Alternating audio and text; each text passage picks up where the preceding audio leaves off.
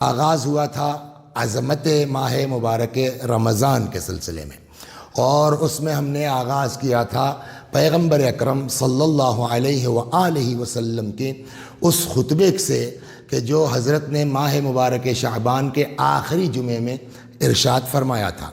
بات ہماری یہاں تک پہنچی تھی کہ پیغمبر نے فرمایا کہ اس مہینے میں تمہاری سانس تسبیح کا درجہ رکھتی ہے، تمہاری نیند عبادت کا درجہ رکھتی ہے، فاسألوا اللہ، پس تم لوگ اللہ سے دعا کرو اس مہینے میں، بنیات صادقہ وقلوب طاہرہ، صاف نیت سے، پاک دلوں سے، کیا ان یوفقکم لصیامہ، کہ اللہ تم کو توفیق دے اس ماہ مبارک رمضان میں روزے رکھنے کی، و تلاوت کتابہ، اور اپنی کتاب یعنی قرآن مجید کی تلاوت کی توفیق دے۔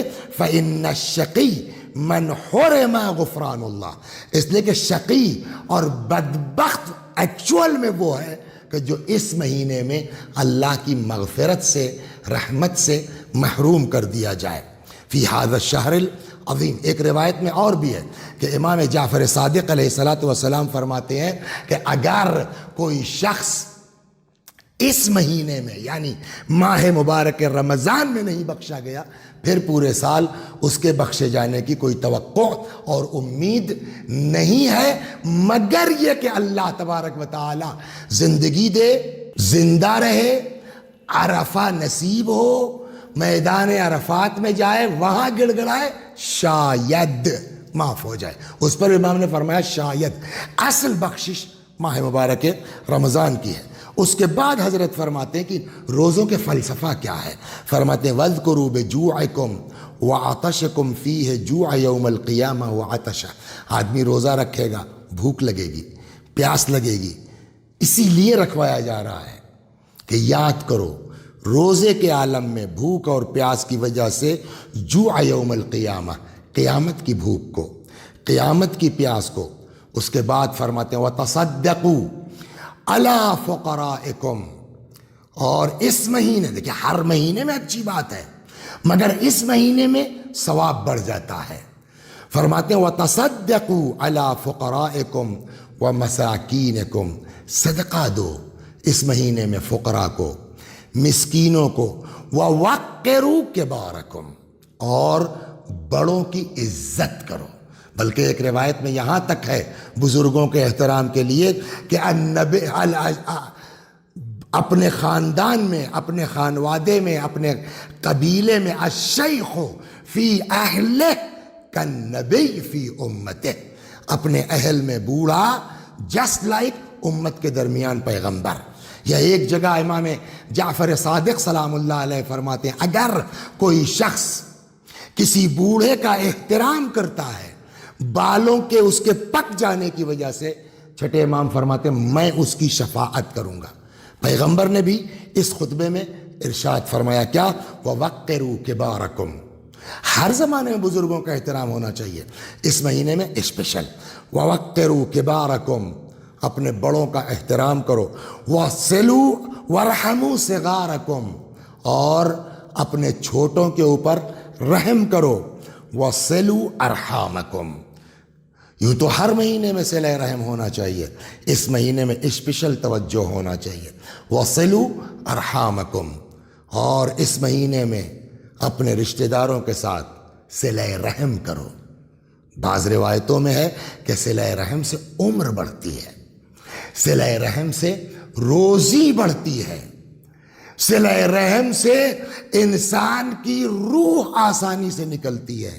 چنانچہ ایک روایت میں ہے کہ اگر کوئی شخص صلہ رحم کرتا ہے، اللہ تبارک و تعالی اگر اس کی عمر 3 سال بچی ہے 30 سال بڑھا کے 33 سال کر دیتا ہے، اور اگر آدمی اپنے میں مست ہے، صلہ رحم نہیں کیا، قطع رحم پر آمادہ ہے، روایت کہتی ہے کہ اگر 33 سال عمر بچی ہے اللہ 30 سال کم کر کے اس کو 3 سال کر دیتا ہے۔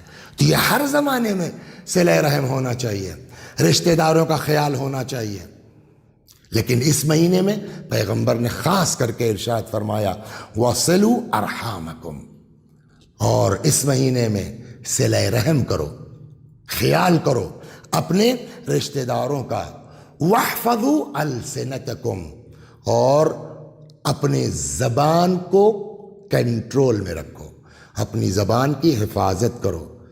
ایسے روزے سے کوئی فائدہ نہیں ہے اگر آدمی اپنی زبان پر قابو نہیں رکھتا، اپنی زبان پر کنٹرول۔ پیغمبر ہی کے زمانے کا قصہ ہے، کوئی خاتون تھی جو بڑبڑ بولے جا رہی تھی، کسی کو برا بھلا کہے جا رہی تھی، یا مثلا جو ہے وہ بد زبانی کر رہی تھی۔ پیغمبر نے کہا بھائی اسے کچھ کھانے پینے کو دے دو۔ اس نے کہا یا رسول اللہ میں روزے سے ہوں۔ فرمایا اس روزے سے کیا فائدہ ہے جب اپنی زبان پر قابو نہیں کر سکتے، جب اپنی زبان پر کنٹرول نہیں کر سکتے۔ لہٰذا اس مہینے میں خاص کر کے اپنی زبان پر قابو کرو۔ پیغمبر فرماتے ہیں واحفظوا السنتکم، اور اپنی زبانوں کو قابو میں رکھو۔ اس کے بعد فرماتے ہیں خالی زبان تھوڑی، سارے اعضاء و جوارح کو کنٹرول میں رکھنا۔ روزہ صرف کھانے پینے سے رکنے کا نام نہیں ہے، بلکہ آنکھ کا بھی روزہ ہونا چاہیے، زبان کا بھی روزہ ہونا چاہیے، ہاتھ کا بھی روزہ ہونا چاہیے، پیر کا بھی روزہ ہونا چاہیے، دل کا بھی روزہ ہونا چاہیے، فکر کا بھی روزہ ہونا چاہیے۔ چنانچہ پیغمبر فرماتے ہیں نمبر 1 واحفظوا السنتکم، اس مہینے میں کنٹرول کرو اپنی زبان کو، وغضوا عما لا يحل النظر الیہ ابصارکم، اور جو چیز دیکھنا جس کا جائز نہیں ہے اپنی آنکھوں کو بند رکھو۔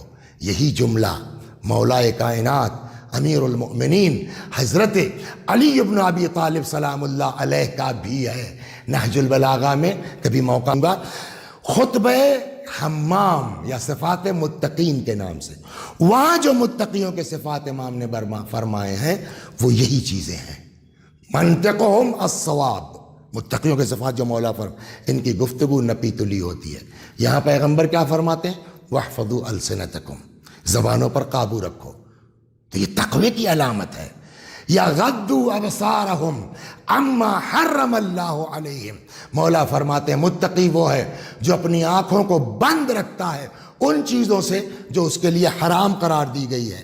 وہی چیز یہاں پیغمبر نے فرمایا ہے وغضوا ابصار عما لا يحل النظر الیہ ابصارکم، جو چیزیں تمہارے لیے مناسب نہیں ہیں، جائز نہیں ہیں، اپنی آنکھوں کو بند رکھو اس کو دیکھنے سے۔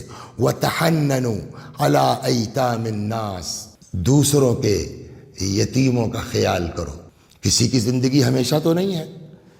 آج یہ وسیع حسن بیٹھ کر کے کیمرے کے سامنے بول رہے ہیں، ابھی اٹیک آ گیا، ابھی مر گئے، کل کو ان کے بچوں کو کون دیکھے گا؟ پیغمبر فرماتے ہیں آج تم دوسروں کے یتیموں کو دیکھو تاکہ کل کو تمہارے یتیموں کا خیال کیا جائے۔ فرماتے ہیں وَتَحَنَّنُوا عَلَىٰ أَيْتَامِ النَّاسِ، لوگوں کے یتیموں کا خیال کرو کما يَتَحَنَّنُ عَلَىٰ أَيْتَامِكُمْ، جیسے تم چاہتے ہو کہ تمہارے یتیموں کو کا لحاظ کیا۔ یعنی آج تم دوسروں کے یتیموں کو دیکھو گے، کل کو اللہ تبارک و تعالی انتظام کرے گا، لوگ تمہارے یتیموں کا خیال کریں گے۔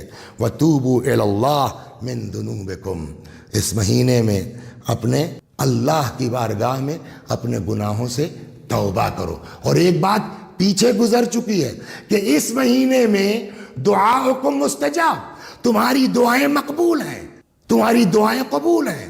اور اب فرماتے ہیں کہ اس مہینے میں اپنے گناہوں سے توبہ کرو، تو توبہ قبول ہوگی نا۔ اور ادھر روایت کہتی ہے التائب من الذنب کمن لا ذنب لہ، گناہوں سے توبہ کرنے والا جسٹ لائک اس نے گناہ کیا ہی نہیں ہے۔ تو اس مہینے میں اگر ہم توبہ کرتے ہیں تو اللہ تبارک و تعالی یقیناً قبول کرے گا۔ آئیے دعا کرتے ہیں اللہ ہم سب کو اس مہینے میں توبہ کی توفیق عنایت فرمائے انشاءاللہ۔